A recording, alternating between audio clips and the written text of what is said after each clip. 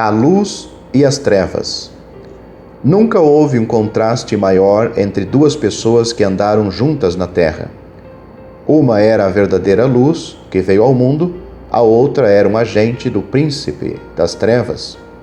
Dia após dia, durante seus 33 anos, uma se levantava para ouvir a voz do Pai e fazer a vontade dele, sem se importar com o custo, até o ponto de encarar a morte de cruz. A outra pessoa aparentemente estava disposta a fazer a vontade de seu pai, Satanás, sem pensar nas consequências até ao ponto de trair o príncipe da vida. São pessoas famosas nos registros divinos, o Senhor Jesus Cristo e Judas Iscariotes. Vamos estudar os contrastes mais de perto com o propósito de exaltar as perfeições e a majestade de nosso Salvador. A primeira referência ao nome Judas Iscariotes no Novo Testamento se encontra em Mateus capítulo 10, versículo 4, onde já é mencionado seu pecado gravíssimo. Judas Iscariotes, aquele que o traiu. Das 22 referências ao seu nome, 11 delas mencionam o fato que ele era o traidor e 10 destacam que ele era um dos 12 discípulos escolhidos por Cristo. Ele acompanhou de perto os movimentos do Salvador, ouvindo as palavras maravilhosas que saíram da sua boca, mas era parecido com a cidade de Cafarnaum, se ergueu até os céus, mas foi abatido até ao inferno. No Evangelho de João, capítulo 12, lemos que Judas criticou aquele ato de devoção de Maria em Betânia, sugerindo que teria sido melhor dar o valor do unguento de nardo puro para os pobres. No versículo 6, o Espírito faz um comentário revelador a respeito da sua manifestação. Ora, ele disse isso não pelo cuidado que tivesse dos pobres, mas porque era ladrão e tinha bolsa, e tirava o que ali se lançava. Faltava transparência, sinceridade e honestidade. Ele não tinha interesse nas necessidades dos pobres, mas sempre pensava em tirar proveito para si mesmo. Lembramos que o Senhor Jesus Cristo veio buscar e salvar o que se havia perdido. Ele se humilhou, se negou a si mesmo. E mesmo sendo rico, ele se fez pobre para que pecadores pobres e inúteis como nós pudéssemos ser abençoados abundantemente.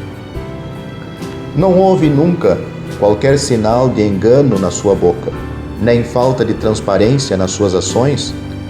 Enquanto ele estava em agonia profunda sobre a cruz, os ímpios, escarnecendo, deram seu testemunho daquilo que tinham observado. Salvou os outros e a si mesmo não pode salvar-se. Mateus capítulo 27, versículo 42. Mateus, Marcos e Lucas relatam que, na hora de consumar o seu ato de covardia, Judas estava acompanhado por uma multidão, e João diz que a corte e oficiais dos principais dos sacerdotes e fariseus estavam com ele. O Senhor Jesus Cristo, como rei, poderia ter chamado 12 legiões de anjos à sua defesa. No entanto, ao consumar a obra da nossa salvação, ele foi abandonado pela maior parte dos seus discípulos e desamparado pelo seu Deus. Depois da traição, Judas reconheceu seu erro grave e, vendo que fora condenado, resolveu devolver as 30 moedas de prata para os príncipes dos sacerdotes e anciãos. Quão precioso é lembrar que o Senhor Jesus foi condenado, porém, não por qualquer erro dele, mas foi entregue pelos nossos pecados. E agora, para nós que estamos confiados nele, nenhuma condenação há. Romanos capítulo 8, versículo 1. É interessante notar o memorial que ficou para o valor da traição.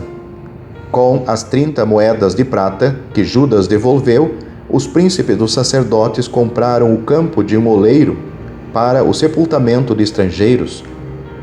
O preço da traição se tornou um monumento de morte e separação. O bendito Salvador pagou um preço incalculável, muito mais do que 30 moedas de prata. O seu precioso sangue. Aquele ato voluntário ficou como uma sentinela anunciando para o universo, não morte e separação, mas sim vida e reconciliação. Cristo não comprou o campo de um oleiro para sepultamento, mas comprou o campo, que é o mundo, a fim de libertar as criaturas e toda a criação da escravidão do pecado. Lemos de Judas Iscariotes pela última vez em Atos capítulo 1, versículo 25. Judas se desviou para ir para o seu próprio lugar. Que tragédia! Judas não somente escolheu um caminho neste mundo, mas também o seu destino eterno, o inferno e o lago de fogo. O Senhor Jesus Cristo também escolheu um caminho, não de interesse próprio, mas, por amor de nós, ele sofreu intensamente. Aquele caminho o conduziu ao céu, para ocupar um trono de majestade eterna, como o Rei dos Reis e Senhor dos Senhores. A Ele seja toda a honra e glória, agora e eternamente.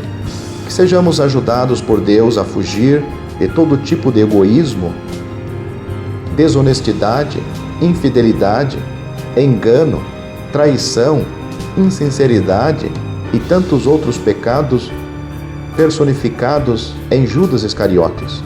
Que Cristo seja honrado e glorificado em tudo o que falamos e fazemos.